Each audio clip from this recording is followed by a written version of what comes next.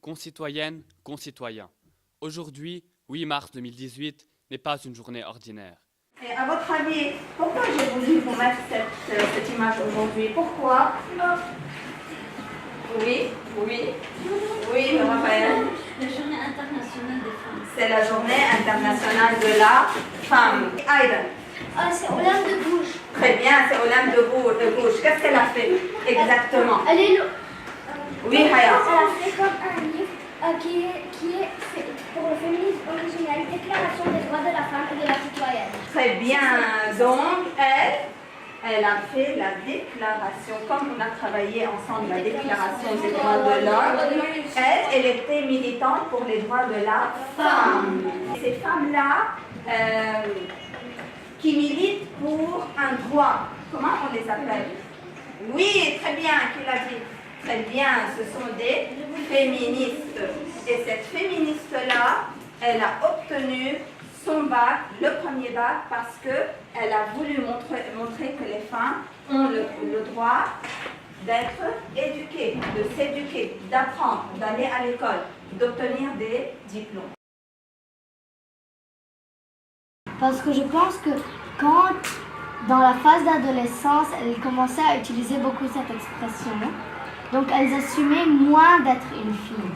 Alex, je pense que tu avais donné une information qui était importante par rapport au salaire. Tu peux la répéter, s'il te plaît? Maintenant, en France, ils ont obligé les compagnies à donner le même salaire s'ils ont le même poste aux filles qu'aux garçons.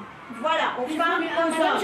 Donc on est en train, notre société est en train d'évoluer de sorte à ce que l'égalité entre hommes et femmes soit respectée.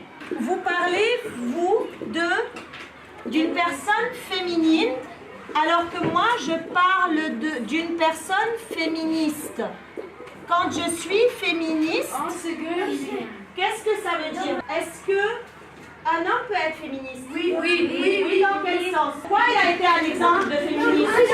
Oui, Antoine. Il a dit que les filles sont égales à les garçons.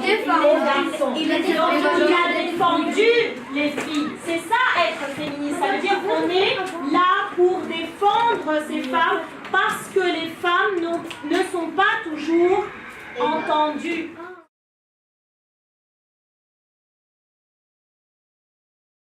Concitoyennes, concitoyens, aujourd'hui, 8 mars 2018, n'est pas une journée ordinaire. Depuis plus de 40 ans déjà, la terre entière célèbre et honore les femmes du monde en ce jour. 40 ans que femmes et hommes, jeunes et vieux, riches et démunis, s'unissent pour défendre une cause qui leur tient à cœur, assurer l'égalité entre hommes et femmes. Ce défi que s'est donné l'humanité semble encore pour beaucoup un rêve difficile à réaliser. Et pour cause, plusieurs obstacles y font face. Les inégalités entre les sexes touchent aussi et surtout l'éducation. Sur Terre, beaucoup de jeunes filles peinent à s'assurer une éducation appropriée à cause de certaines cultures très patriarcales. Chacun d'entre nous doit donc militer pour assurer l'égalité et la justice dans ce monde. Mais alors, qu'en est-il du Liban? Le pays des cèdres n'est sûrement pas l'exemple à suivre.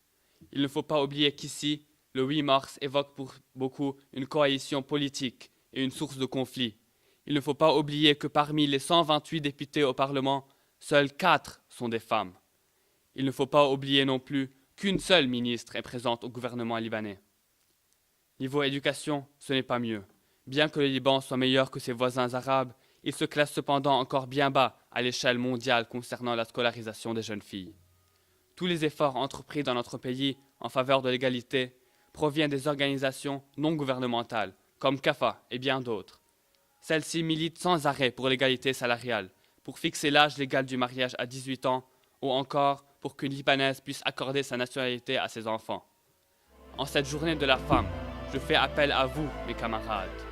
Il est grand temps que nous, citoyens du monde, fassions bouger les choses. Nous devons nous réveiller. Nous devons changer ces habitudes dégradantes. Faisons de 2018 l'année du changement et de l'égalité, l'année du départ vers des horizons nouveaux, vers un avenir meilleur. Soyez fiers d'être des femmes.